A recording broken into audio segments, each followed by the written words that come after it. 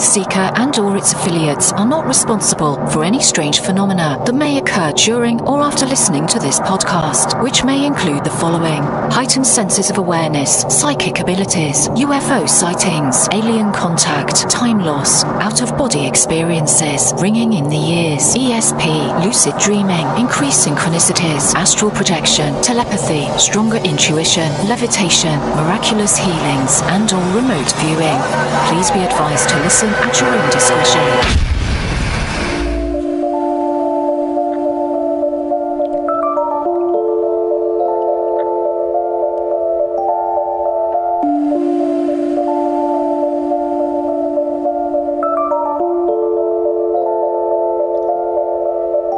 Won't you come and take me away?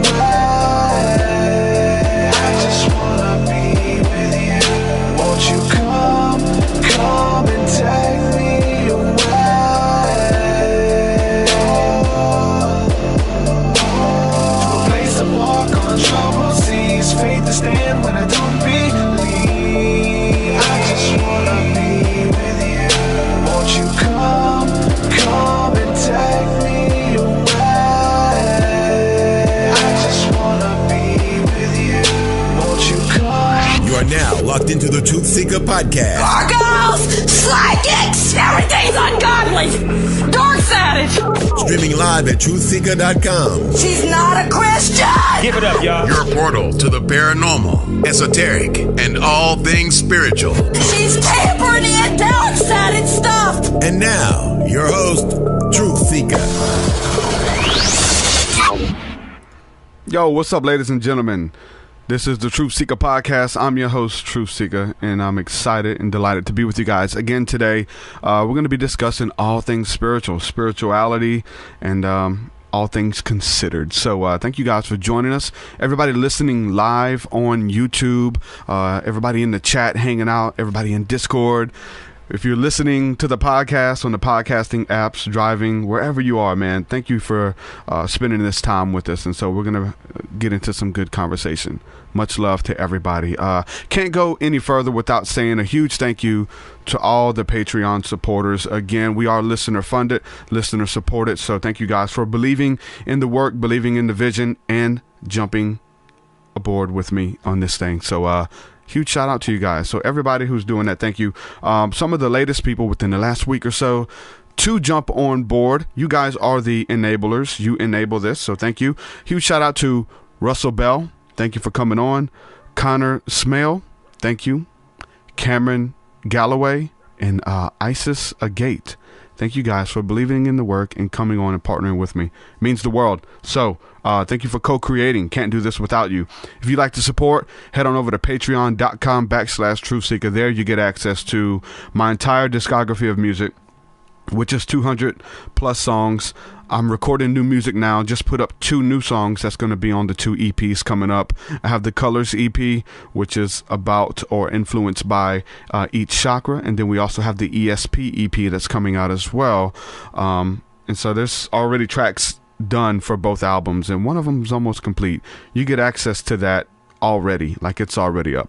Patreon.com/TruthSeekah. You also get access to our Thursday night School of the Mystics. This is the community aspect to what we're building here, and we've been breaking into groups and trying to listen to that voice of intuition, that inner ear, the guidance of the Holy Spirit.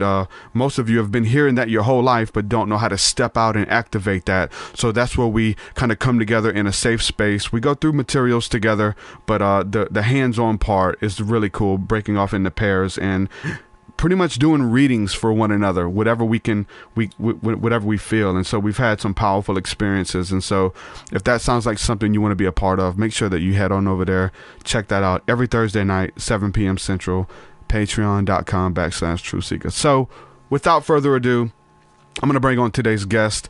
This is my friend, David Solomon. We're going to be talking about magic, spirituality, and everything in between. Brother, welcome to the show, man. How are you?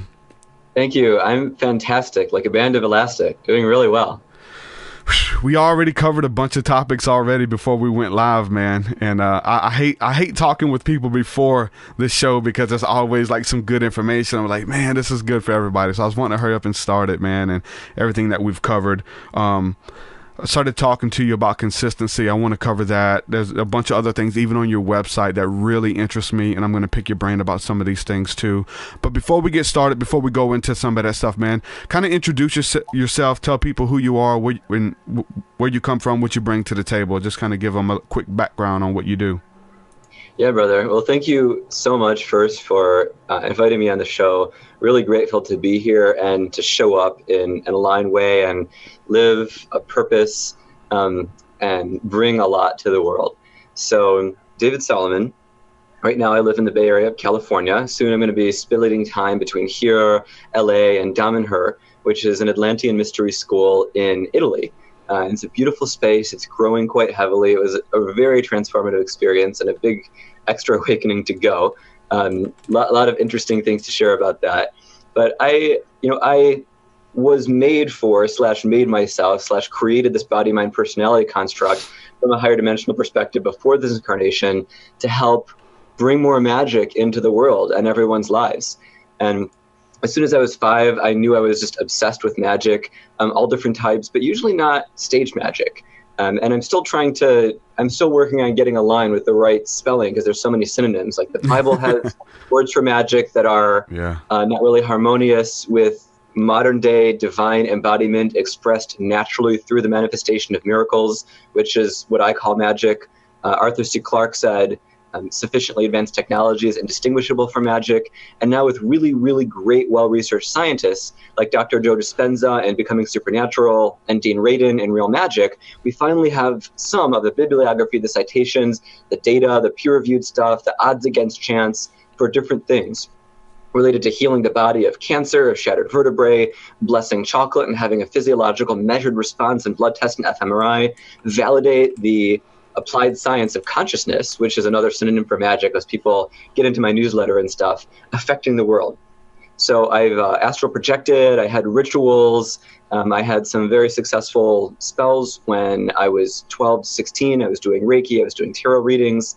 About 4 or 5 years ago, I had a very, very significant awakening where I really popped out of this mortal identity, seeing, of course, this is has been a main way of interacting with the world, but realizing, there's so much liberation in realizing our history.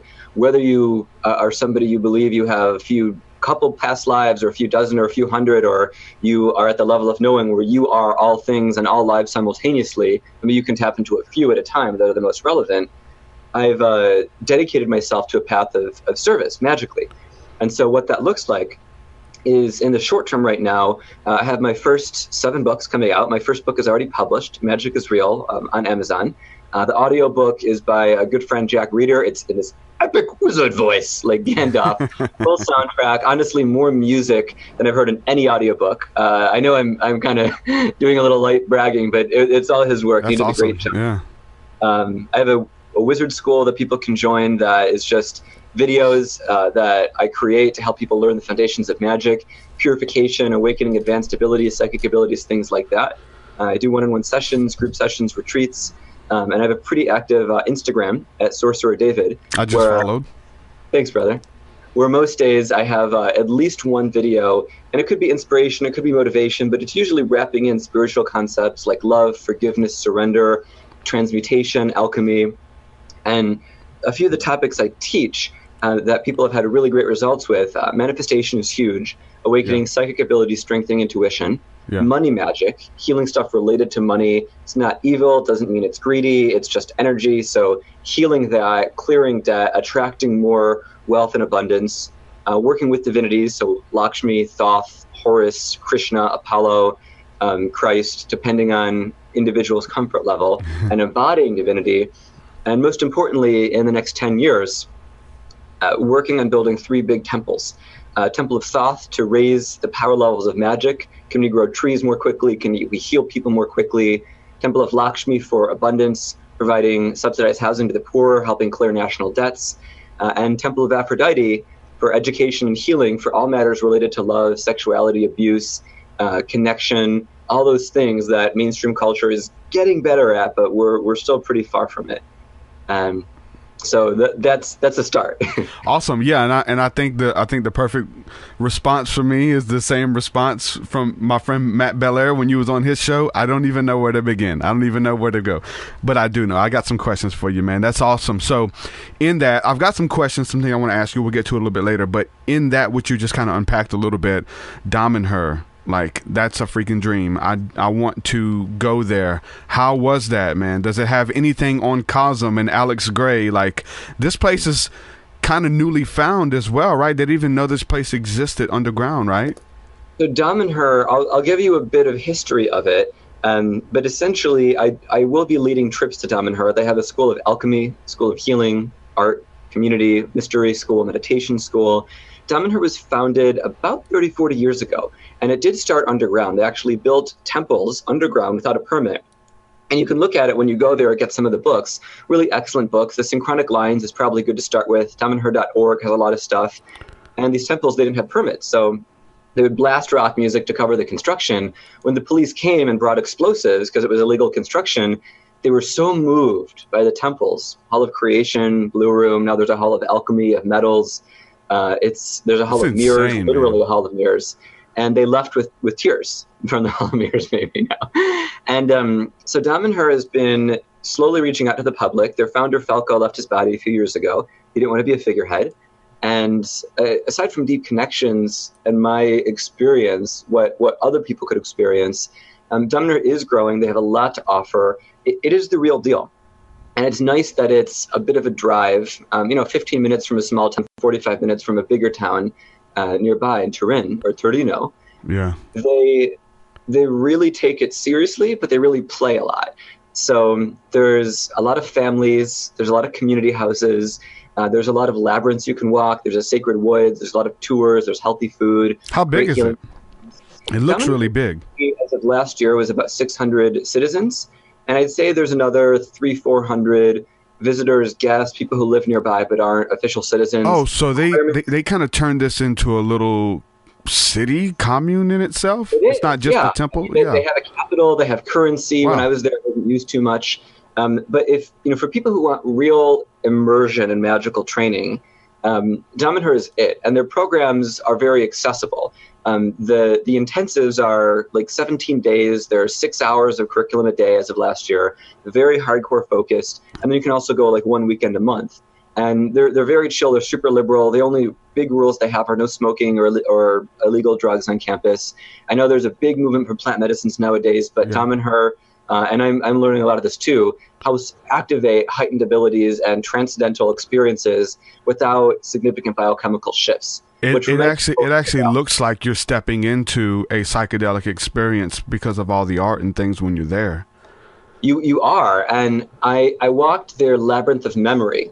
And while I walked that labyrinth, I just felt such a shift that my third eye was so open that while I was even looking at the surroundings and walking through the stones, I had the memories come in of Moses and the Jewish people and Pharaoh during the Exodus, of the German people during enslavement with Crowley and Hitler teaming up before, during, and after World War II, and then of Krishna in a council choosing to descend and then offer the Bhagavad Gita and banish a bunch of demons. And those memories of the collective soul of humanity came in while I was walking this labyrinth. And that's stuff that, was pretty high level and you usually only hear about in an ayahuasca retreat. Yeah. So there's, for anybody who really wants to grow and wake up and you can afford a trip to Italy, it's a really incredible experience. And if you want to guide it or with a group, I'll probably be leading them next year. It's based on interest, so people can hit me up, again, magicalgoldenage.com or instagram.com, Sorcerer David, and they have a great calendar online. Their Wi-Fi isn't extremely great. They don't have a community of English speakers who can take a lot of time with tourists aside from teachers. So you go to bring a community, but they're growing quite fast, which is beautiful. My wife is listening right now. Hello to my wife, Erin. And just take notes, babe. I would like to go one day. We need to go together. Italy. That's a bucket list thing for real. But okay, so they don't really encourage plant medicines and psychedelics and things like that. It's its own psychedelic experience in itself. You mentioned a couple years ago tapping into higher realm states of consciousness, looking at reality, what it is, all of this stuff. Now, and I wanted to ask you when you were kind of giving your talk on that, but was it through psychedelics? Was it through holotropic breathing and meditation? How, when you first tapped in, did you access those higher states of consciousness that really changed your life? Yeah, brother. Honestly, there were 13 different avenues, different venues. There were many. All of them are good, right? All of them were needed. Yeah. All of them are good. One's not better than the other, right? I mean, not better overall. Certain things can be more effective than others. So yeah. I'll share this, and with a slight disclaimer that everybody lives their own truth. And I would highly encourage, while I'm not advocating the use of anything that's illegal, and everybody should always check with their healthcare provider. Disclaimer before doing anything. We all walk our own path, and each of us has a unique truth. So my experience is anybody listening or watching are, I'm a reflection of you. We're all one, and you're your own person. So while you may be able to learn from and borrow from and learn more quickly from me because I'm summarizing things, always tune into yourself and work with a live teacher who is pure of heart and offering things without ulterior motive. So the primary methods of what some could call awakening. Awakening is starting to feel a bit like enlightenment. It feels like it could be a bit spiritually materialistic, so I refer to both as a continuum. Ken Wilber says the best way to reply to the question, are you enlightened, is, are you enlightened enough? Because a yes or a no can get you in trouble. So I worked with a wonderful teacher who runs a great school. Her name is Annalisa Adelberg, and I had probably over 100 sessions with her. And when I saw her, I was a mess. I was in a dark night of the soul. I was, pushing really hard to make it. Newly it came into Silicon Valley. I was just coming out of the 10 years of samsara. I wanted to follow Siddhartha's path from that beautiful book by Hermann Hesse. And, I was taking modafinil, caffeine, Adderall, just to, keep me going and really, really make me be able to succeed. And my body was just giving up. And I had the good fortune at a Peter Thiel Summit, to talk with somebody who was a very successful person in Silicon Valley, and he advised I see her. And so I felt energetically what she was doing in energy healing treatment, and I remembered, I was studying Wicca, witchcraft, Buddhism, Taoism, paganism, Tibetan Buddhism as a teenager. And eventually, through going to her school and receiving sessions from her and 8, 9, 10 other people at, many would say a mastery level of awareness, awakening, skill, I gained understanding of the energy body. I gained some maps, a lot more, I believe, through my own reading and channeling of the understanding of how the body, third-dimensional physical reality, as I talk about in my book, it's 9-dimensional model of reality, fourth-dimensional astral energetic, meridians, chakras, chi, ki, prana, fifth-dimensional causal, oversoul, quantum field, as Joe Dispenza says, and then, all the way up, including divinity and non-duality, oneness, unity consciousness at ninth dimension, which is also the first dimension, a point. And at one point I did use psychedelics. I microdosed about 200 times, and I had heavier doses about, it's arguable because it's custom to each person, but I'd say I had about, 11, 12, 13 heavier doses because it's relative. Everything I took, I researched it very heavily. But the main thing that helped me really grow is working with very skilled people. And every time I used a plant medicine with reverence, with prayer, with research, balancing out my biochemistry with the right supplements, really praying and blessing over it, doing protection, it would be like a lightning flash in a forest. And I ultimately came to realize that, the light body, the rainbow body, enlightenment, you generate your own light. And whether that's the light communication between cells, as researcher Albert Fritz Popp talked about, or those other things, if you're walking in the forest, you can illuminate your own path. And if you take stuff, or when you take stuff, it expands your aura, it converts your chi, your vital life force energy, into Shen, spiritual energy. It can move your awareness up in the chakras, which is why it's always good to ground when people consider taking things, and just being careful with my language. And it can be like a lightning flash. And that's why microdosing can often be more useful unless you need a big, big, powerful shift, like in an ayahuasca ceremony with, again, the right prep. And the useful thing about that is you can see what's happening next, and it can help the rational mind chill out. So when my rational mind was still deep in samsara, looking for ego, needing 18 scientific references for a 20-minute energy practice, looking at William Tiller Institute and stuff, and obviously I'm giving all these resources as mystery school homework for people who want to be on the path. That's good, yeah. Yeah, so obviously people can rewind or freeze frame and look these up as they get called. I was grateful for that because my rational mind's like, well, what's the value of doing this? We have, back a few years ago, digestive issues, adrenal issues, thyroid issues, fatigue issues, chronic pain, chronic inflammation. And I knew from prayers and intentions I said at 14 that I requested all those at some level to help wake myself up. The wound is the gift. Struggle can be progress. Stimulus can evoke response. And eventually, I was convinced. And the moment that convinced me, I was in my room, this beautiful psychedelic spaceship with Isis and Galactic Buddha and a few other great beings. I just why am I here? I said, and I really said it out. And I got back. Well, this is a school.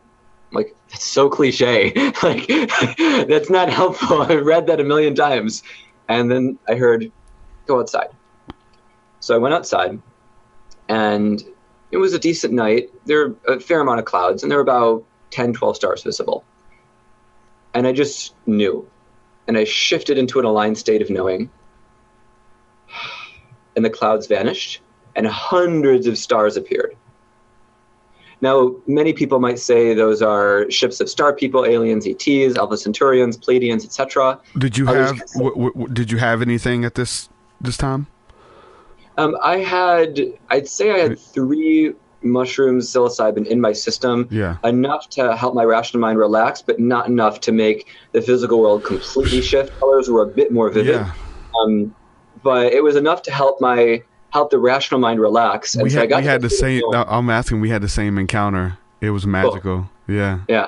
Well, the nice thing scientifically is once the clouds vanished and all the stars came out, I called my partner and I told him, hey, guess what happened? And that is my ego activated, and I shifted away from a state closer to unity consciousness where I was the clouds and I was receding myself, as opposed to David making the clouds go away. Came from oneness or a proximity to oneness. The clouds all came back and the stars went away. And I'm like, hey, sorry, I have to call you back. So I hung up the phone and did it again, or it was done. And the nice thing is it was familiar. Whether you call it a siddhi, a miracle, flashy magic, whatever you call it, it was the same feeling as when my dad was dying on the operating table. And I talk about this in chapter 12. And I just got to a state of knowing and surrender. As I saw what appeared to be his kidneys and fluids flowing, because the doctor 15 minutes earlier said he could die. He might need dialysis for life. And I just saw and knew he was fine and whole and perfect. And instead of hours of surgery, which was told to us, same doc came up 5 minutes later. Mom freaked out, and I just knew. And he said his kidneys started functioning again. He's fine. We're sewing him up. He won't need dialysis for life. And it was that same knowing that helped cure sinus infections in people, helped cure sprained ankles, healed my shoulder twice as fast as the Stanford surgeons thought. And that state of knowing in alignment is just familiar. And it's that state where magic is, and it's effortless, and it's so beautiful. So where does that connect come? Because we talk about the power of faith, we talk about the power of expectation, and then on top of that, though, action in the spoken word. Just knowing it, was that enough, or did you have to demonstrate? Did you have to speak it out? Did you have to tell somebody, oh, he's going to be healed? Was there some type of action that had to take place versus just, I know it? No, a lot of people who teach goal setting, myself included, say, only share your highest goals with people who support you. And for most of the world, at least I didn't have a big tribe at that time in this community. I do now, and some consider me a growing leader. I didn't have anybody that I could really talk to. And so, and there wasn't point in sharing. I knew that no help was needed, and I didn't need validation. When I was in middle school, NBC had a special on Merlin with Sam Neill and Helena Bonham Carter.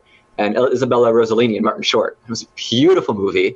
And when Merlin was being trained in magic by Queen Mab and Frick, Frick was explaining the 3 levels of magic. And he said, the lowest level of magic is meaning words, intermediate is hands, and the highest level of magic is thought. And when he said thought, Queen Mab took a huge cup of water, threw it at Frick, and the water froze in the air. And I just knew, this is a transmission. And so while ritual is effective to link consciousness, to move energies, we're in bodies, so using bodies generally and using the physical world is part of this experience. And as consciousness, as awareness, ultimately we don't need any of that. We don't need astrological correspondences. We don't need sacred geometry. We don't need to cast circles. We don't need to invoke calm protection if and when we're at those higher aligned states. For those of us who believe we're not and who believe we could be influenced by, say, negative or evil entities, all that stuff is actually essential because you believe it is, and your belief at your deepest levels create this reality. That's good. Yeah. Yeah, it goes from, all of these different techniques and things that you have to do to kind of get in that state. Maybe it's used for elementary levels for you, but it becomes like second nature to actually go into a trance. You can close your eyes, take that breath, feel the prana, move it where it needs to go, and instantly you're either in that state or you feel healing move to your body if there's pain or whatever. And I think you kind of need to know that, especially if you're doing sessions with people, helping them one-on-one, because those people, especially if it's a long distance healing, right, they don't know what you're drawing, and you have these modalities and you have all these symbols that kind of get you in a trance state. They don't know. They're just on the other end of the phone or video sometimes, right? And so for you to be able to know and create it, shift the atmosphere to send forth healing, to do work on their body across the world, even, like, you have to know your stuff, right? You have to be able to go in and be able to do that stuff. Yeah. And at the same token, we're all learning. We're all born pooping our pants, and we learn everything along the way. So the difference between traditional allopathic Western medicine and, just to very, very simplify, energy healing, you need certification and licensing and a lot of experience to do heart surgery. But to do Reiki on somebody, while there are certifications and things that exist, you can just do it. You don't need to be licensed. It's not regulated. And so if you're working with a healer or somebody who claims to be a healer, unless you know and believe they're skilled, or you've read a bunch of reviews or done something similar to check them out, yeah, you could be at any level of skill. Expectation level when you show up, Right. And yes, you seeing them as a very skilled healer strengthens them as a healer for your experience. Yeah. And ultimately, we are co-creating this reality. So, there's a woman who lives nearby, and she offers Aya ceremonies, but I've heard she hasn't had deep training. I've heard she hasn't gone to Bro and hasn't apprenticed deeply with people. She just gives ceremonies. And there's a lot of criticism for people like that, or people who do healing because they went to one seminar or got a little initiation and don't have dozens of people getting results. So for anybody looking for significant healing help or support, while somebody who you could call a novice could help you, like any field, even without regulation, it's good to work with somebody who has the experience. And if they don't, maybe you can get a free session, maybe a discounted session, maybe it's research. But it's good to have a continuum of skill. And that's something that doesn't really exist in this field very, very widely. And so bringing in the East and the West, uniting the masculine and the feminine, bringing together the creative and analytical parts of our brain, becoming whole and holistic and integrative, maybe we can get a scale of healing. And, just as chi can arguably be measured and the strength of energy and prana can be measured based on a lot of different tools, subjective and objective, maybe a session is at a power level of 60 out of 100 or out of 1,000,000. And eventually we can help quantify people's abilities, which will help people know how to grow as quickly as possible. Because if you want to regrow trees, that's a skill. And if you fail or succeed at a very low level, maybe you increase the growth rate by 1.5% if you measure it, you do it 35 times and you can double the growth rate, quadruple the growth rate. And if you accept and allow it to flow, like that, the tree can grow instantly. But most of us don't believe that's possible, so it doesn't happen. That's good. It's the power of belief, man. And then moving from belief into knowing and creating it. And it's just a weird thing, man, when we look at the nature of reality. Like, we get to manipulate this stuff. It's really interesting on what it is. And like, we create it as we speak it. Abracadabra. We're talking about magic, right? So it's really interesting when we're talking about that. I've been talking about this, and I mentioned it to you just a little bit before we went live, but you have a lot of creatives out there, a lot of empaths and stuff. They're very creative. Crazy ideas. I myself am one of them. I know you are, but you have all of these things that you can do. You can write a book, you can do sessions, you can do lectures, you can do webinars. You want to do them all. And then at that, other stuff's coming. And so you get started on one path for a week. I'm going to do this. And you give it a week. Another idea comes. You immediately leave the first one and jump on the second one. Then you try to juggle all three, and then you want to work on this album, and then this person wants you to be in a band, and you're like, hey, I love to be in a band. And so you're trying to juggle all of this stuff. If you picked any one of those streams and stuck with it out, it would definitely succeed. It's the power of consistency, right? But we have this thing that just likes to pull us in different places and do all of this cool stuff, and it doesn't really work out. You were going to give some insight on that before we went live, man. So I wanted to kind of pose that question for you again. The power of consistency and seeing something out. Yeah, brother. Well, on my path, I had the good fortune of starting 13 companies, learned a lot. Some of them were short-lived, just an experiment, just research. Others did kind of well. When I was teaching artists how to develop business skills, and when I was taking my paintings, and I have a lot of activation portal paintings on my site on magicalgoldenage.com, I looked at what does it mean to be a successful artist. And I found a person, Chris Roberts Entho, who had galleries in New Orleans, who had shown around the world. She did physical fabric art. And it's hard to create that in bulk. A lot of artists want to scale, and having people weave your stuff at whatever wage is arguably more expensive and a harder business to succeed in than, say, getting prints made by, clicking a few times online. She had a beautiful house, lived near a lake, very successful. She seemed like a multimillionaire. And I had the great fortune of hiring an art dealer who used to work for her. And, wasn't competitive or in a different industry. It was totally fine. And so as an artist and somebody running a company, I felt that balance and that conflict between the pressure to produce as an artist, as a salesperson, as an entrepreneur, because if you sell your work or you're paid for your creative output, if it's voiceovers or spoken word or music or anything, and the freedom to create. And I was thinking about this thing called a sellout when I had all these paintings and I wanted to learn all these modalities. And the art dealer said, you need to make 24 like this one. You need to make a series. I'm like, but how am I going to learn if I do that? And I learned consistency. I learned that, while the haters could call it selling out, I chose to take a positive view of sharing my creativity with the world and learning how to develop deep expertise and mastery. Because even if you, say, do psychedelic ISIS portraits transmissions, I mean, this is very, very rich. But the man who does this, I met him at the Oregon Eclipse Festival. He does a lot of these. And you could say, well, these are all the same thing. Are you just selling out and doing all the popular gods, goddesses, ascended masters, etc.? You could say, well, each painting learns more. I learn more. With each painting, I channel and I bring something through. And that is the practice, and there is the newness.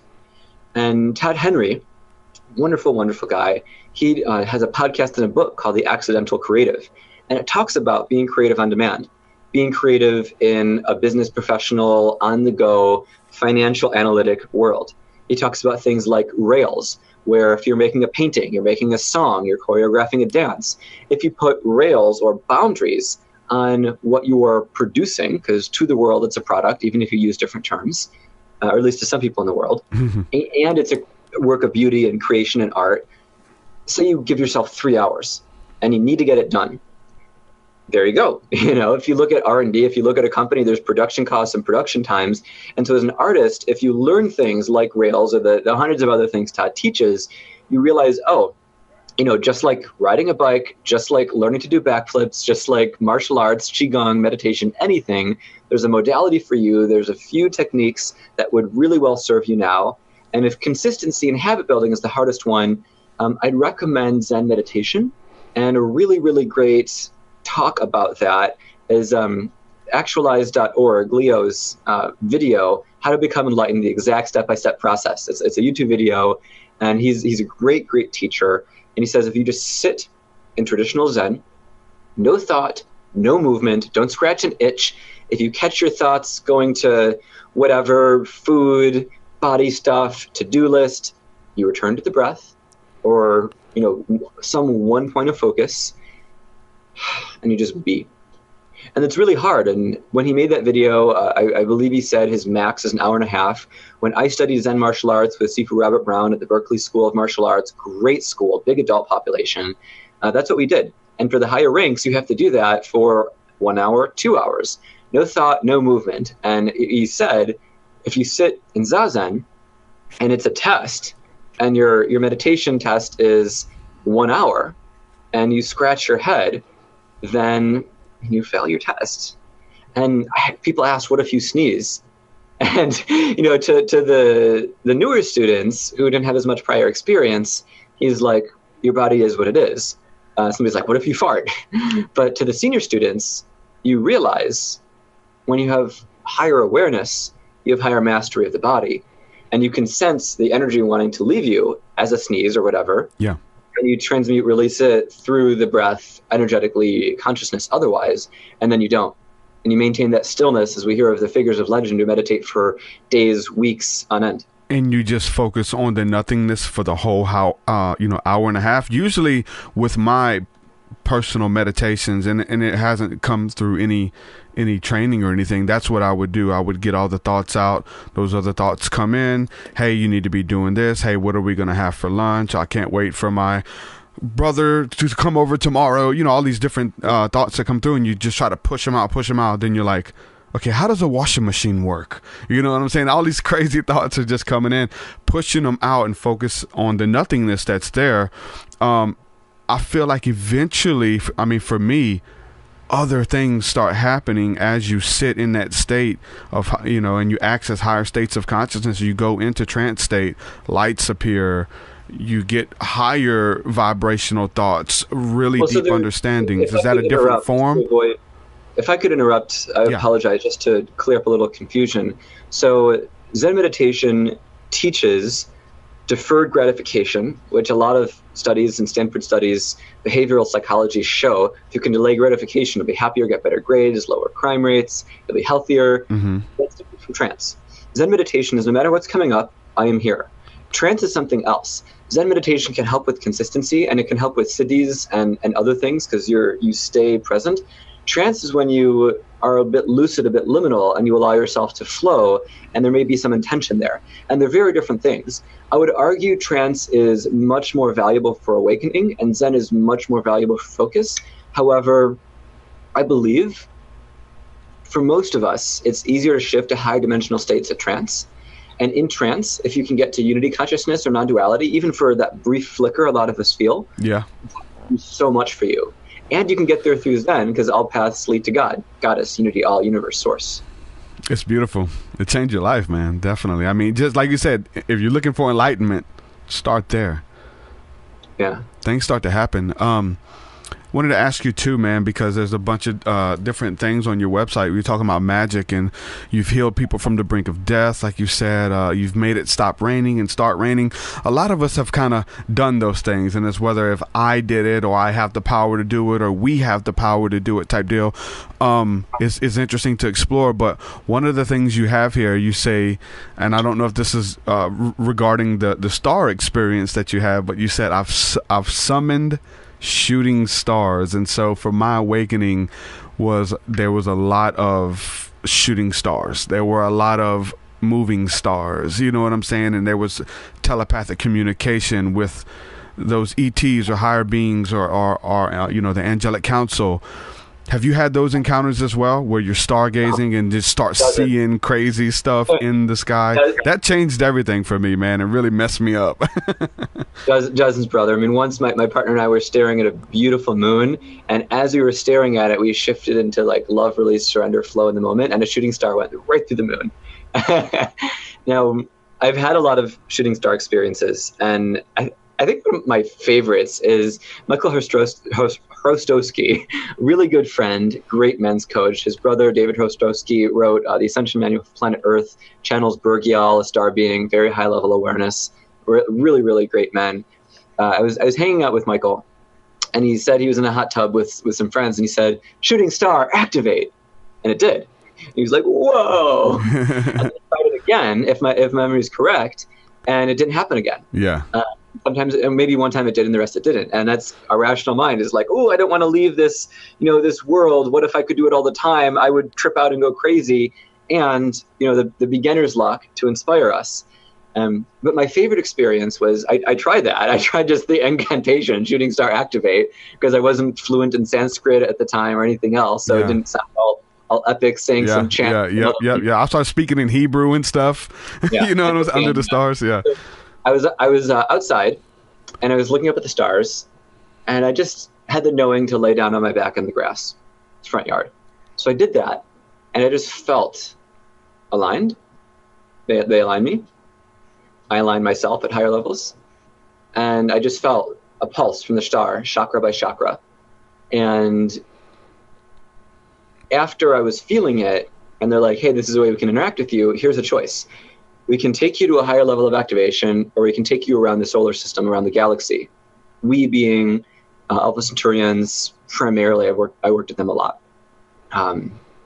And at the time, I was scared. I didn't want to be one of those people who had a massively powerful ET experience, and that defined me, and that's what people came to know me as. Mm-hmm. And now I don't mind it, because it would just be one more thing on the journey. And that's right. So thank you. There was a ship above the house. I said, "No, thank you. Yeah, I'll take the transmission, please." And so as the pulses of energy continued and got to my throat, I just had the knowing and the telepathic urging release it. And so as it got to my throat, I went to release the energy. And at this second, the sound started to leave me. A huge shooting star streaked right across the sky, exactly where I was looking.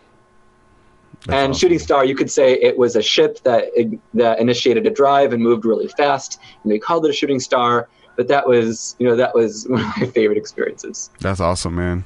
Yeah, I've had so many in stargazing, and it's that it'll change your life, man. Like you said, it's not like being defined that, okay, this is my calling. I'm gonna, this is what I'm going to be known for. And it's funny too, we're talking about the repeatability. And so there was something that Terrence McKenna said, because you know what I'm saying, talking to people into ufology, he says what we in the psychedelic community have that the UFO community doesn't have is repeatability. They said we can take ayahuasca and we can go communicate with the elves on command. We can go deep on the psilocybin encounter and commune with these entities on command. And he said what we have you in the UFO community don't have is repeatability. People who have been contacted by ETs, people who have been stargazing and seeing that stuff. And so in that, like, that was a long time ago, right? Terrence is gone. He's been away for a while. I think it's changed a little bit now, right? With anybody who is able to go out there and make contact. You have Stephen Greer, James Gilliland, these guys who I feel like have coined the term the CE5 contact initiative, where you can go out and actually make contact yourself. And for the most part, I feel like that does have repeatability. That whenever you want, you can actually go out there and contact these angelic beings of higher intelligences as well, and they will show up in a shooting star. They will, all types of feats that they're able to do, but it's just that knowing that they're there. And so a lot, you know what I'm saying, a lot has changed since Terrence has been here, but that's interesting that he felt that way back then. Listening to it, I didn't like it.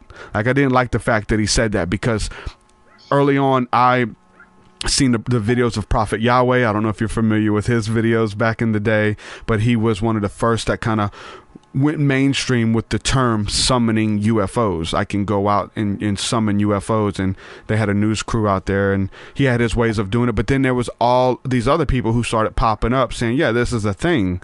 We can summon the angels, the Elohim, whoever you think they are, and they show up. It really changes the game when we introduce this pattern of repeatability. But like you said, it's not on command. We're not here to I would do our dance for you. I would offer some contrast in that. Sorry, I didn't mean to interrupt. Go ahead. You're good. Yeah, I'm done. In the 1700s, if the average person wanted groceries delivered, the average person couldn't manifest that unless they were deep in a community and, asked somebody for help, or they were an elder and they were being taken care of. But the average person couldn't have groceries delivered unless that was part of the culture. Now you can summon Instacart, you can summon Uber Eats and get groceries delivered. So culture evolved, memetics evolved, technology evolved, spiritual, physical technology evolved. So back in the day, when stuff couldn't be done on command, the collective field, morphogenetic field, wasn't where it is now in most people's awareness. And so Greer has helped. The CE5 protocol is great. My friend Michael Mazzola, who directed Greer's movie Unacknowledged, it's the #1 iTunes store movie. Anybody who's curious about ETs and not convinced, that movie has so many testimonials, great data. There's a lot of things that can be replicated. Dean Radin, his labs at IONS, Institute of Noetic Sciences in Petaluma. There's so much out there that talks about replicatability. The difficult thing for most of us is realizing what Isaac Bonwitz in his book Real Magic, before Dean Radin wrote it, is called cata-psi. So in electronics, you have a cathode and an anode. You have a positive and negative charge. And if you have cata-psi, anti-psi, anti-belief, it can actually counteract somebody's belief. And I wrote a chapter on this called Power in book 2. And now I'm actually being told a little bit book 3. It's higher level teaching, so I need to make sure people are ready for it. If you really believe, say your belief is at a level 80, and there's somebody who has anti-belief at a level of 90, likely it will be hard to repeat. Yeah. If doubt comes in whatever form, if you share it on Facebook and people call you crazy, as happened to me at the beginning of my journey, then they can take your belief down through their cata-psi. Yeah. However, if you have 1 million people believing in something, like St. Virgin of Guadalupe, a lot of people said they levitated, and a lot of people said they saw it, right? You have enough skeptics read that article. The people who saw it are not, most of them aren't in their physical bodies anymore because it was a long time ago. And the newer cata-psi said, oh, maybe it wasn't a physical levitation, maybe it was a metaphor. I think it was physical. And so when you have the right conditions and you factor in belief into the scientific equation, whether you link it to quantum or anything else, then you affect things, you change things, and you can repeat stuff. Vishen Lakhiani of Mind Valley talked about a man who could grow plants and farms and crops very, very quickly. And Vishen was talking with this guy who had this repeatable, demonstratable, measurable skill on command. And, we think of beings like that, or read Autobiography of a Yogi, the only book Steve Jobs recommended at his funeral. And Autobiography talks about, beings who could do stuff on command. One guy maybe wasn't the most moral person, could make things materialize and dematerialize with the help of an astral being named Hazrat, who he learned through certain secret teachings. So there's, like anything, can most of us do a backflip on command? No. Can we be trained for it? Yeah. Might we need to do some physical healing or conditioning as a prerequisite? Sure. Magical skills, same thing. That's awesome. You kind of bring that to the table in the form of percentages.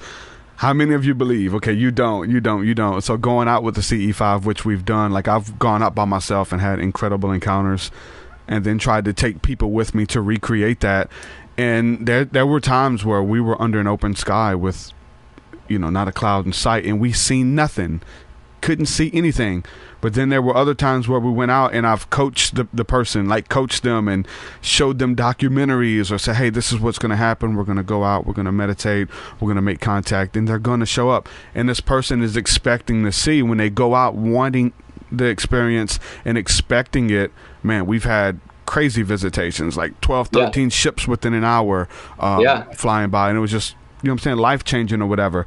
But it's and you can feel it too. Like if you go out there and there's 7 people who are just really wanting to tune in, and one person's just like, oh, what are we doing? This is stupid. I don't even believe, and it can change the vibe. And I always talk about this, man, the power of placebo. And I come from the Christian background, so talk about Jesus a lot, right? We're talking about the Son of God, in human flesh or whatever came and it has all power and authority, he would go to cities and he would heal everybody, like everyone in the city who had an ailment, anyone who suffered with lower level energies and demons, they would be healed and delivered. He would go into other cities where people knew him, your Facebook page where people know you, and there was all these skeptics and things. Oh, this is the son of a carpenter. We grew up with him. He's just a regular guy. And they didn't believe him. And this guy who supposedly has all power and authority in him was rendered powerless because of the naysayers and the people who didn't believe. They kind of put a cap on what he can do, and he left that city and wasn't able to help anybody. That's very interesting when it comes to the power of belief and expectation. Yeah, I mean, take it the same thing. You have a heart surgeon. He goes in surgery. People boo him. People hide his instruments. People turn off the lights. He probably will elect or not be able to do effective heart surgery unless he's, super, super badass. And not to say that Jesus wasn't a badass, because he was at many times one with all things. And, we all learn. There's a great book called Lamb, which talks about the story of Jesus according to his best friend Biff, his childhood pal. Written by Christopher Moore, who wrote A Dirty Job and Secondhand Souls, brilliant, funny author. And it talks about Jesus going town to town, healing people. And at one point, he was talking with a woman and he said, "Sin no more." And she said, "What will I do for a living?" And she was a harlot. Yeah. And another time he was walking through a market and there was a woman and he slapped her on the face. And the husband looked at him and he's like, "Sorry, sir, couldn't be helped." She's like, "Honey, I'm back." As if he healed some out-of-body personality distortion type of thing. And it talks about when he was studying with Balthazar, Melchior, the wise men, and when he was journeying around the world learning this stuff, learning the art of materialization, learning internal alchemy, learning about chi, learning about enlightenment. And we can do that too. We talk about learning, knowing, understanding Christ consciousness, and there are things like prophecies. There are things like after you go through a certain number of lifetimes, after you incarnate with X conditions, then your soul, your body, your spirit is evolved to a certain point, and you have more access, you have more memories. Both Damanhur and Sri Yukteswar, Sri Yogananda's Kriya tradition has a way of helping people evolve and ascend quicker and understanding this process. And I would offer that any path you believe is a true path, whether it's a Christian path or a Kabbalah path or any of these, can take you there. And as you get there, you level up and your skills level up and your psi, your knowing, levels up. So those naysayers at a 90, you get to be a 3,500 and, then we may shift. Or if they're not ready to see it and the veil of Maya around them is so thick, they'll deny it, or they will actually see physically something else in other people, or psychologically they won't store the memory. It's like those studies, those great studies where people are playing basketball and like a big hairy gorilla runs on screen and runs off and some people don't see it.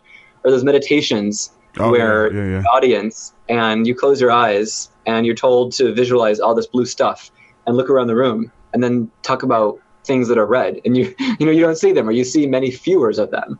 And so it's psychological priming at its root, and it's conditioning, and that's okay. Some of us are born to be plumbers, thieves, electricians, artists, engineers. We're not born to wake up. We're not born to do magic. Yeah, the human collective soul is collectively shifting into a golden age, raising the power levels of magic, all this stuff. But just like we don't love it when people of certain traditions proselytize, get up on their soapbox and say, do this or you'll be damned, or follow us or pester us like some people's relatives do, because we need to find our own path and live our own truth. It's the same thing. So if there's a person who's like, magic isn't real, this stuff is wishful thinking, it's all placebo, even though there's the science, even if they read the studies, that's okay. That's what they're here to do. And except in very rare circumstances, it's not our job to convince them. They'll come when they come. Just like a lot of people could talk about veganism, and there's veganism and just veganism, where if you're vegan, you don't have to tell everybody about militant it. Anything is nasty. Yeah. So, and I know before we went live as well, we talked about some herbs and things like that people can use and kind of implement within their, day-to-day as supplements there was a couple that you were referring to me to help for sleep and things like that. And, my wife does essential oils and things, but there's some herbs and stuff as well. Have you had any encounters with tobacco? I know tobacco was big with like the Mayans and Native Americans clearing the air, especially with the ayahuasca ceremonies. They use tobacco and stuff like that. Yeah. So I'm personally a fan of rapé.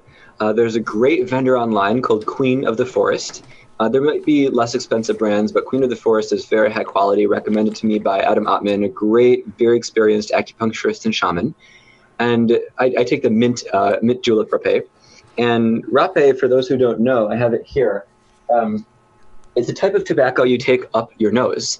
And I had never snorted anything in my life. And it's very unique. You have this thing called a caripe. And what you do is you take the rapé and you put a little bit of it in here. And it's better to have it demonstrated in person. But if people are curious, again, talk to your healthcare professional. You take a little bit. It's a fair amount. So just a little bit. It's actually more than most people would need.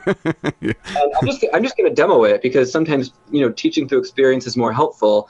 So you need to do it with both nostrils, or I do it with both nostrils. I'm not giving recommendations, and it's great for grounding, and it's great for shifting energy if you're not yet at the point where you can do internal Taoist Neigong and influence Qi just by thought. And I'm actually not going to do it. I'm getting a line that I don't need to. But you put the longer end in one nostril, you pinch the other nostril, and you go at this one. And then this goes up into your nose. And then with Kleenex, you can blow it out, and you can drink water and, sit, pray. How long do you wait to blow it out? You just trust your body. Sometimes I need to right away. Sometimes I wait for the mucus to build. Sometimes my body needs more time to absorb it. Yeah. And, it's all from laziness. There's times when I know I could take 10, 15 minutes or get super aligned if I'm granted the ability to, and then in a second not need anything. Yet I don't yet appear as a floating ball of light. I still have this body, still working with the biochemical 3D world. So I still use rapé, and I feel like anything. It comes down to intention. There's studies of people who smoke cigarettes and live long lives and don't get lung cancer. And then there's studies of fear-based marketing and advertising, and people who smoke have all this very difficult health things happen to them. And, so the continuum of tobacco experience is different for anybody. Some people might be like, oh, this guy snorts stuff, he's a wacko. And that's their truth, right? I feel that anything that you bless that has research behind it, that has other people talking about it, that you feel works for you, that you tested a smaller dose to verify it's all right, wait 5-10 minutes, see how you feel, give it 72 hours, because that's really how long some things can stay in your system, if not longer, and really see how it shifts you. But a lot of people in our community need grounding. There's Wi-Fi signals, there's EMF waves, and even though as your rainbow body grows, people say those go through you and not get absorbed, ultimately there's a lot of things affecting us. The dopamine circuits of devices, cannabis is legal in many more places and more people are using that. A lot of people use caffeine. Blue light is a thing. So grounding is great. And if we don't have a lot of time with our skin in the ground, or we don't have these really cool hematite pyramids, I'm going to start offering these for sale actually in my store, but this is a really neat hematite pyramid. You can just hold hematite and it just can ground you energetically. But if you want something strong and fast, or you're somebody who gets triggered or in heightened states of anger or anxiety, I found rapé to be extremely helpful. Like Tim Ferriss, I experiment and I push things and I have pushed things traditionally because I want to know. And I want to know the upper bound of tolerance and what microdosing and megadosing, unless there's strong warnings against it, can do. Yeah. And it's really nice to be able to ground very quickly on command in an action that takes 2 minutes and generally normalizes in 10 minutes. Some people get dizzy with rapé. You have too much of it. You purge. One time I needed to purge, so I used 5x dose, and I purged from both ends pretty intensely for a few hours, and I was grateful for that. But of course, it's not for everybody. It's legal. Let's let people know that. Some people want to know how to get it. It is legal. Usually US, shipping from I'm pretty sure other countries do. Peru, usually coming from Peru. I get mine from catacuna.com. It could be a quite, sometimes hard to get it there. Now some weird stuff on taking payments or whatever. But yeah, it's good to what I'm saying, to help you purge, to help you go within and to ground. So it's eucalyptus. After rape or after sauna, eucalyptus is wonderful. That's funny. That's what I was smelling as well. Oh yeah, nice. Yeah. Cheers. Yeah. But I had a bunch of stuff, weighing on me, and it was just really easy for me to go outside, put my feet on the ground, and use rape to just release that stuff, offer it up in prayer, give it to God, and just release it. So the rape really helps with that too. It's really good. When you do it, like, to just go within. I don't like to do it in mid conversation and hang out. Like when I do it, I want to go into that feeling when I do it, For sure. And in Damanhur, for people who feel they need to or they're used to smoking tobacco, I got this oil at Damanhur shop in the Damanhur Kriya, and it's essence of tobacco. Let's see if this thing can focus on it. Anyway, it's essence of tobacco, and you just open it and you smell it. And so if you like aromatherapy, you can just get tobacco essential oil from any quality producer online. It can also ground you. There's some questions here in the chat. Chris Garner wants to know if you can go into a little bit more detail about rainbow body and the different rainbow body, etheric body, astral body, light body. There's these different levels and how to attain that, and where that comes from for people who haven't never heard of that term. Yeah. So just to preface, a fair amount of what I'm going to share is my unchanneled stuff, but I am also drawing from sources. Rama Orr, my breatharian teacher, wonderful, wonderful man, and some Golden Dawn stuff, and some Tibetan Buddhism stuff. Tibetan Buddhism is a really, really great place to learn about this if you want to go deep in depth. If you can find somebody who's a good teacher or you find the right texts. But essentially, I'm actually going to shift states, so just give me a second, because I really want to be able to offer a lot here.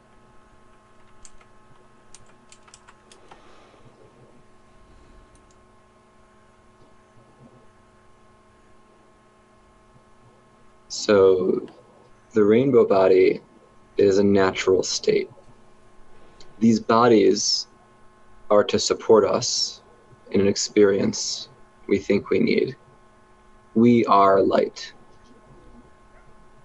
All light, all spectrum together is rainbow. And when you look at the rainbow body, that is a body. Your physical body is a body. The pain body is a body. The emotional body, earth, air, fire, water, akasha, wood, metal, these are all bodies. The rainbow body is a summary of all of them, and it can be one of the last bodies you'll ever need. In the rainbow body, all things are. Rainbow is all the spectrums of light. It's a prism. And when you connect with the prism of in and through your pineal gland, and you can take in those other energies beyond the visible spectrum, then you start noticing and seeing with and through that third eye of Horus, bridge of the pineal. And through the rainbow body, we can really see, understand, feel, know, and create the essence of the material world, because it all starts with light, coalescing through the organizational structure of sacred geometry. Physical matter coalesces and becomes. Through quantum observation at higher states of awareness, we can redirect that shifting and that coalescing of that sacred geometry and of the spectrums of light we wish to bring in. Earth, air, fire, water, sadness, joy, intensity. And each of these frequencies of light, of information, of communication, which we're finally learning and understanding, information from the sun, information of light through fiber optics, all is one. That the rainbow body is us and is something we utilize. as we utilize our hand, we can utilize that which is non-physical, that which is rainbow. It is special, and it just is. It's beautiful. That's a good way to put it. I mean, I like the fact that you said that rainbow is all the bodies put together in Ascension. And so that just to offer, that was less David and more higher stuff. So when you said I said, that was okay. That was a bit more than just this personality. Give the honor back, definitely. And also, too, I'm showing on the screen for those of you who want to look into it. A good friend of mine wrote a book on this, Tantric Rainbow Body Breathing by John Hooks, a.k.a.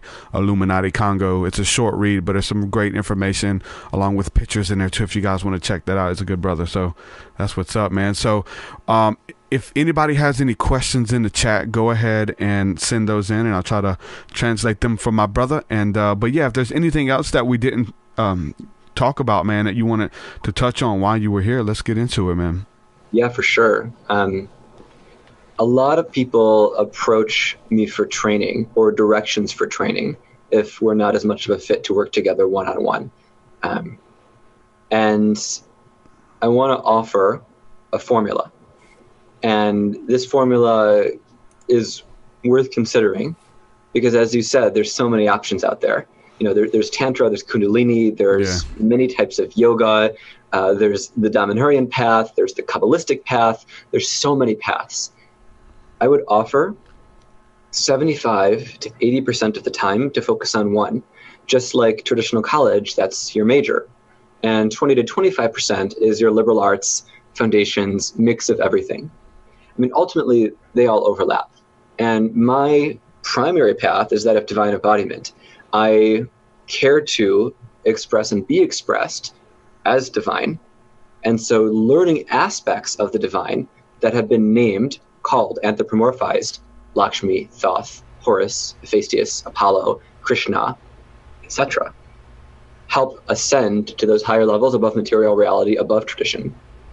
Yet, and I also study Neigong, I also study meridians and acupuncture, I study herbology, I've studied bits of Wicca, Druidism, shamanism, a lot of these traditions, because we want to understand that the maps overlap. And just like when Dr. Strange met with the Ancient One in that wonderful movie, she said each of these maps, the MRI, the chakras, the meridians, was an incomplete part of the whole. And as we integrate all these different maps, then we become more whole. Yet, if we don't go deep and dedicate, we will likely not progress as much as we could. So at any time, it doesn't matter the length of the time, unless you feel dedicated to a lineage or tradition or path for life, which can change because we change every second. Consider, just for the time of a month or a week, if you're voracious and the amount of information and practices you take in and do. For that month, look at how much time. Plan your training intentionally, and consider planning, just to round the numbers off, 80%, 4 out of 5 days on that one thing to go deep. And then every other question, every other curiosity you have, explore, have fun, do your 20% time, like as Google used to do for engineers. Mm-hmm. And then after that month or whatever time period, if you really feel like you've learned all that was right for you and now you want to go deep into something else for whatever purpose, cool. And that type of structure a lot of us need, and that can guarantee results. If you just read, we read for inspiration, we practice for progress. If you practice something once, twice, 4 times, you might have an experience, you might grow a bit, but if you practice it deeply 100 times, 1,000 times, that's walking the path to mastery. That's walking the path of proficiency. That helps you learn enough to really be a valuable teacher for more people. And I just wanted to offer that 80-20 ratio as one formula to consider for your training, your growth, your experience. And when people train with me, I try to offer that and hold them accountable to that so they can see growth of specific skills, healing, clairvoyance, that's money, good. Magic, whatever. That's good. And that's the second time I've heard that term in 2 days, the 80-20 ratio. Someone was telling me about that last night, which was really interesting. Awesome. Samantha wants to know if you can go into a little bit more detail about the blue light. I personally enjoy green light, but she wants to know, what did you mean when you talked about healing from the blue light and having blue light around you? Hey, Samantha. Great question. So there's different types of blue light. In the traditional physical world, blue light is the light that is in the spectrum. It's from a lot of lights and fluorescent lights. It affects our mitochondria. It wakes us up. That's not the light I was talking about. If you're curious about that, go ahead and research it. It's the light you want to avoid at night, an hour before bed, so your pineal gland can work properly, release melatonin, and then all the other cool things can happen related to that stuff. Turn your TV off while you're trying to sleep. Yeah, or if you must watch something where blue blocker, those yellowy glasses, I have some in here, or if it's on your computer, the Flux app or the thing that makes it like candlelight light frequency. I started using that. It's really cool. Yeah. What came through with the rainbow body transmission, all these colors, there's correspondences. And so blue light, that blue spectrum, and Samantha, this is a particular value for you, but of course, your question was asked because you represent a big part of the collective. 79.85% at the moment care about this question. So blue's correspondences in this context, and the context of when it was mentioned, was the frequency of sadness. Now, just like Pixar's movie Inside Out, which is brilliant and moved me to tears, I watched it twice in theaters and then a bunch more afterwards. And there's a great book based on it by the guy whose psych theory it was based on. But sadness can open the heart. And, a lot of us want to feel and live in unconditional love and forgiveness. And a lot of us don't like to feel sadness. So we avoid it. We medicate it. Yet sadness is just energy, right? And if you want your heart to be opened, sadness can open it, and it's energy coming through. And while you don't need sadness to have an open heart, there's a lot of people who don't feel sadness and they're not repressing it. It is part of the unity, part of all. And if we avoid something, Elaine Forget talks about avoidance of pain as one of the primary detriments of spiritual growth, especially during childbirth and other extreme circumstances. We medicate, we numb, we escape, we disassociate. That prevents us from really feeling all that's offered and really having that moment of oneness and allowing and not restricting or constricting the physical and energetic body, circulation, energetic flow, etc. So when we're open to sadness, and our culture very much needs this at the time, and if Samantha, you do, I wish you love and grace for your related experiences and healing. When we're open to all frequencies, all of us are open. And when we're close to a frequency, such a critical frequency, then our heart can't be as open, and it's hard for love to flow. For me, I attracted a number of experiences with one of my partners who I cried a lot. And I felt a lot of sadness. And before that partner, I was with somebody and we were thinking of getting together. And then I found out on Facebook the day after Christmas that he took his life. And I found out on Facebook. And that was tough. And until I talked with his spirit and healed things, there was a lot of sadness about that. And, I can feel it, but it doesn't stay. It just moves through me because my heart is more open and my stomach is more open and my mind is open. And I can talk about that and not be triggered. And so that blue light for this context and for you, Samantha, allowing it to fully flow and release and go through can open the heart, maybe to tenderness and true tenderness, maybe to love and just pure love, maybe for empathy. And if somebody's going through a tough time, being able to empathize. I had a friend who unfortunately, well, not fortunately, he chose this, overdosed on ketamine over the summer. Wow. And was in the hospital when he died. And there's a lot of magic related to that. And the whole container, but just for that experience, I in my body felt elation because he was so happy to leave his body. And I had to fight back a smile when I was watching the doctors give up on CPR and ask, should this be the last time of CPR? It's another code blue. I think it was the 7th one. And everybody, a young man died and a lot of people were watching or were around it, close friends. he was a wonderful human, and a lot of people cried, and there was a lot of sadness. And I could feel their sadness because my heart was open, but it didn't overtake me, it didn't become me, both because I could feel his elation as he had left his body, and because I wasn't constricted to sadness. And so there's a lot we can learn about it. And all things are fine and perfect in their moment, including needing to restrict if something is overwhelming. And if we repress and hold something in or prevent something from flowing, at one point it'd be good to consider healing and releasing that. Yeah. And, maybe it's being empathic as well.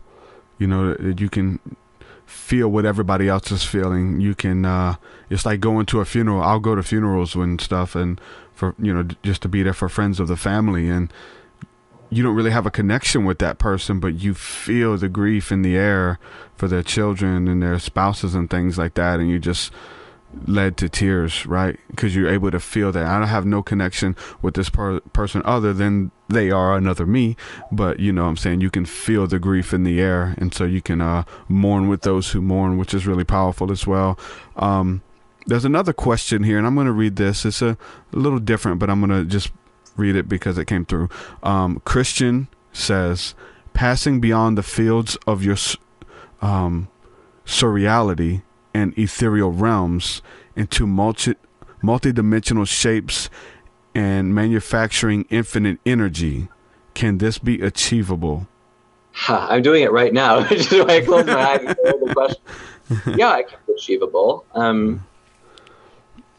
I'm closing my eyes just to decrease the amount of visual input. The 80-20 number, I've read that 80% of what our brain processes is usually visual input.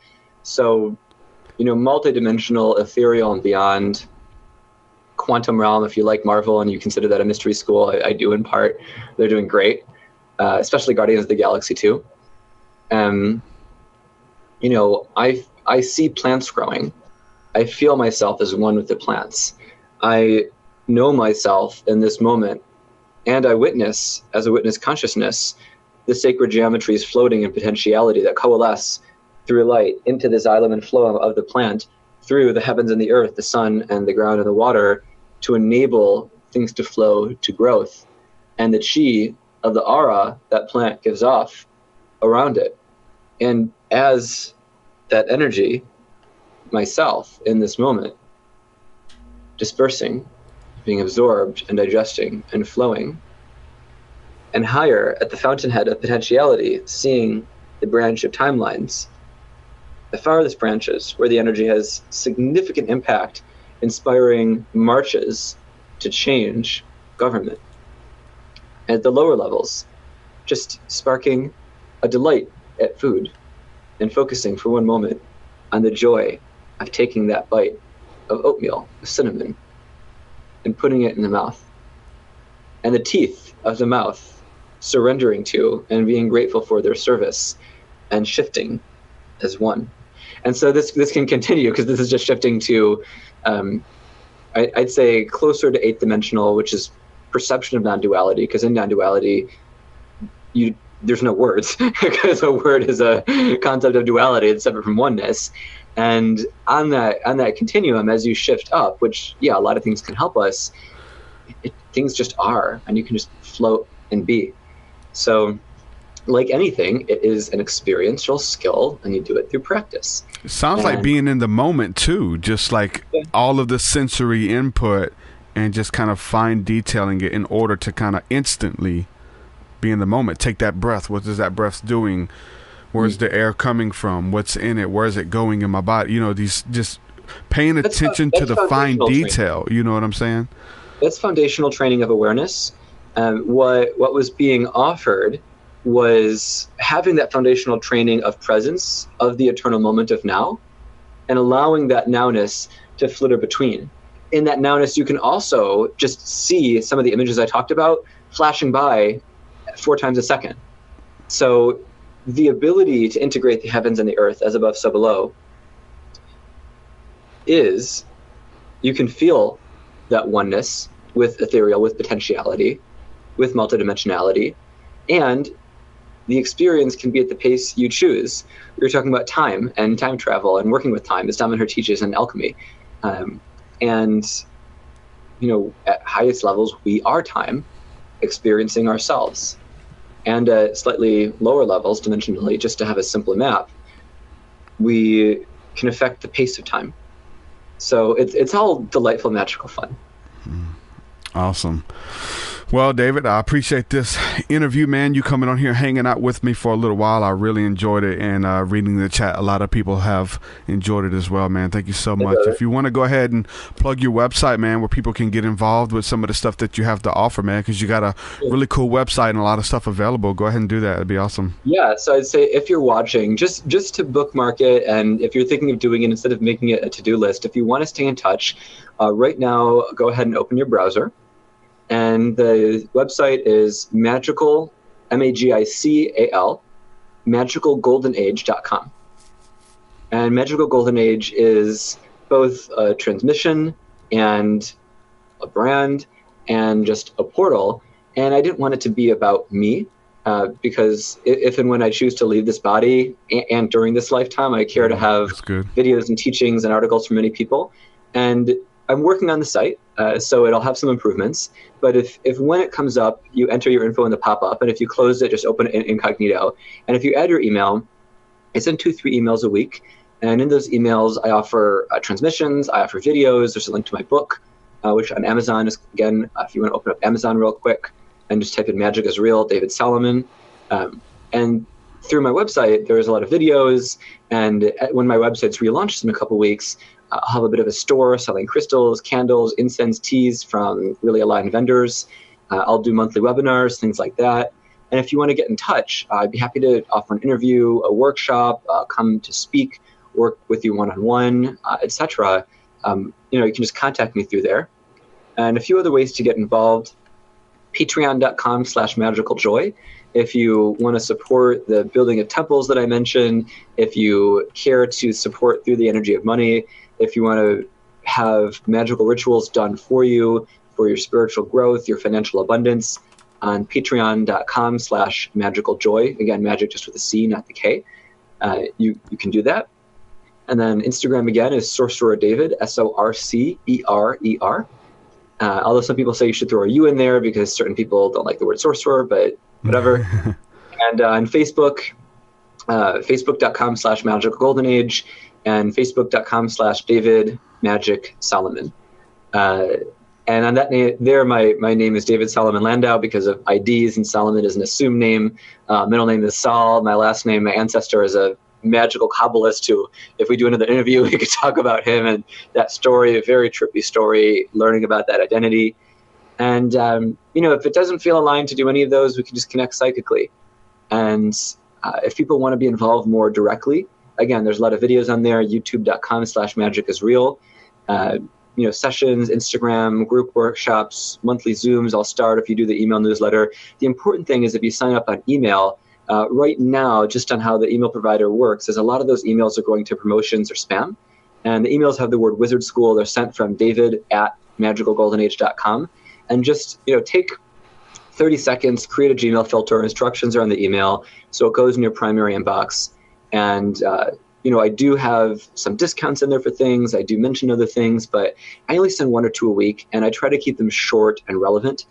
And I really love being of service. And so if you notice something, you have a request for something, I'll try my best to reply with a decent speed. Thanks for asking that. And of course, if you like this, if you feel any of this content is valuable, you want to share it, you want to tag somebody, you want to comment or like on either of our channels, that just helps us share with more people in the world. That helps people find stuff because the people who need it will find it. And again, if you don't feel like doing any of that stuff, if it's not aligned, then just everybody, thank you so much for showing up. It's really a pleasure and an honor to live with you in this world at this time. There's a lot of magical joy we can all experience, and collectively we can co-create a magical golden age, however we define it, where there's prosperity, where there's love, where there's abundance, and where, as appropriate, the expressions of shadow service our highest selves. And that's okay too. Awesome. Yeah, make sure you guys do that. And David, I appreciate it again. Thank you so much for hanging out with me, man. It was truly a blessing. And I learned a lot from this conversation, too. I've been taking my notes, and good stuff, man. Thank you so much. We'll have to do it again soon. Sure. Cheers. All right, brother. All right. Shalom. All right. Peace, peace. David Solomon, ladies and gentlemen. Good show.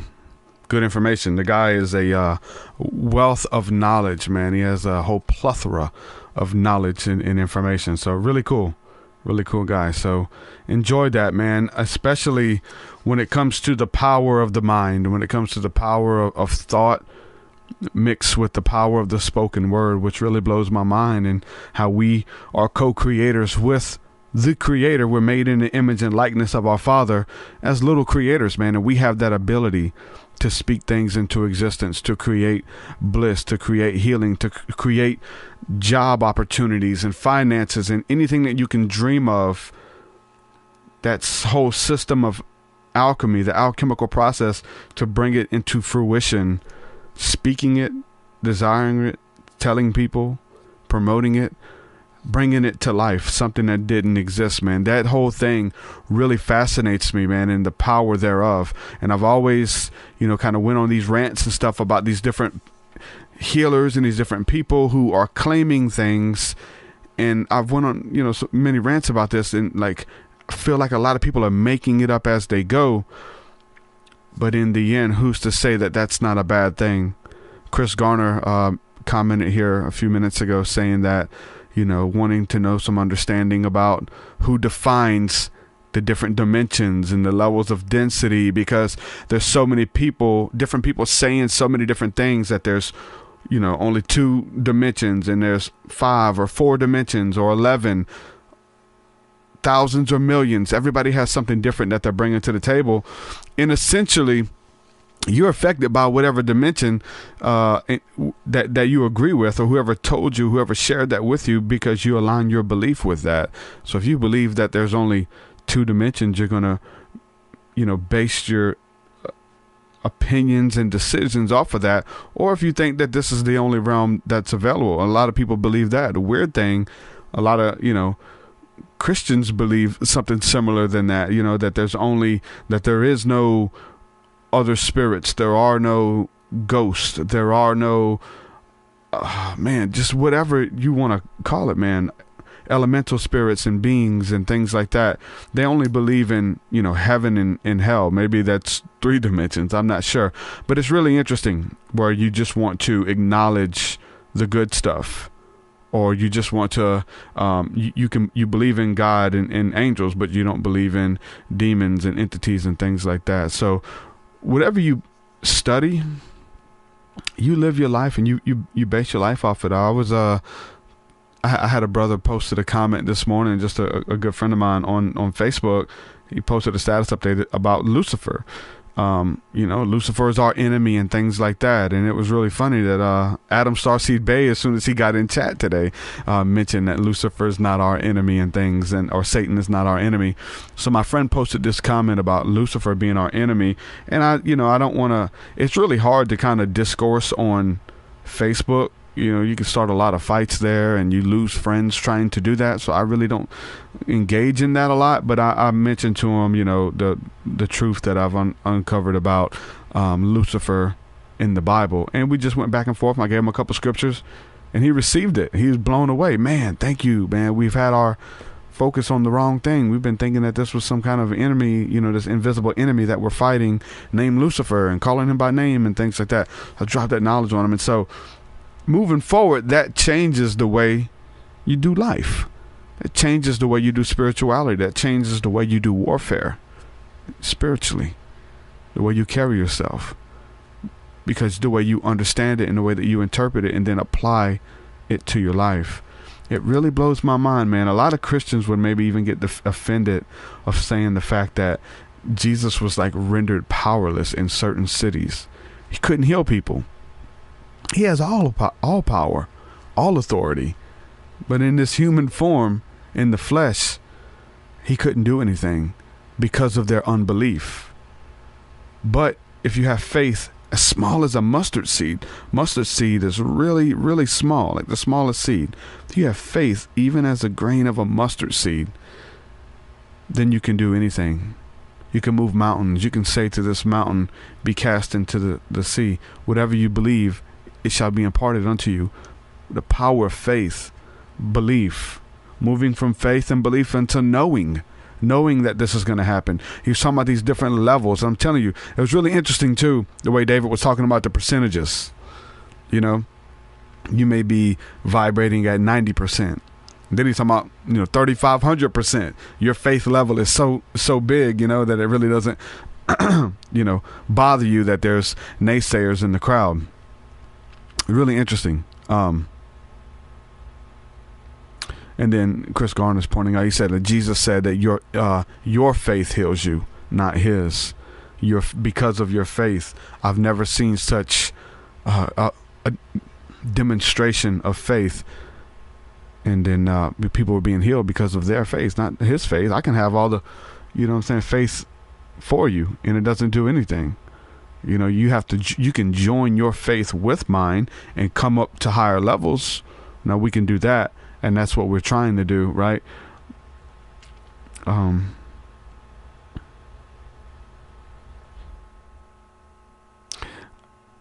Chris Garner says, I'd like to hear where they came up with their dimensions. Could be something I'd like to look into. I know a lot of them get it from Einstein and then channeled information,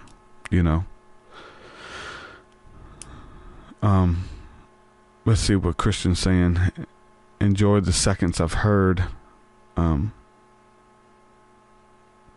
then he says, crazy thing about that, one night I came up with a thought of Lucifer not being evil. And then I heard your podcast the next day about him. Yeah, man. Really interesting how synchronicity works. Something as small as this idea of 80-20. I was on a phone conversation with a good friend of mine last night who was telling me about the 80-20 thing, but it was about something totally different, like applying it to another area of your life. 80-20. Really interesting. So, good stuff, y'all. I'm going to go ahead and jump off of here. I've got some work to do.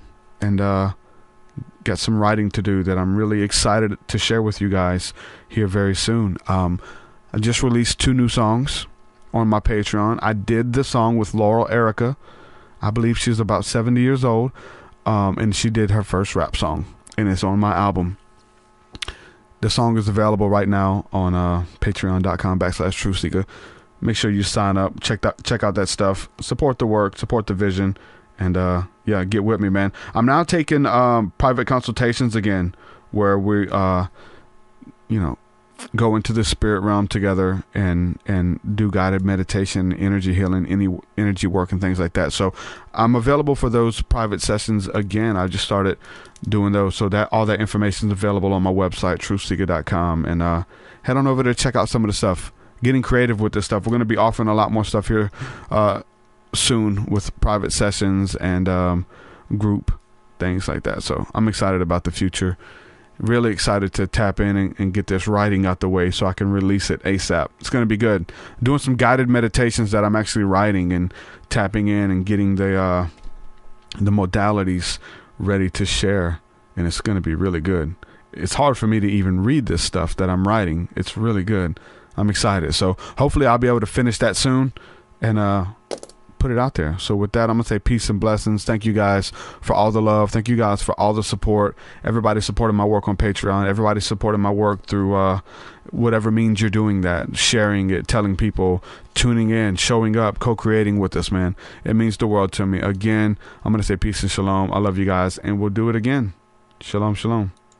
Your way is so much higher than mine, so much higher than mine, so much deeper than mine, so much deeper than mine. Well, that does it for this episode, folks. To hear more episodes of the TruthSeekah Podcast, head over to TruthSeekah.com. And if you're wanting to support the show and get rewards, go to our Patreon page at patreon.com/TruthSeekah.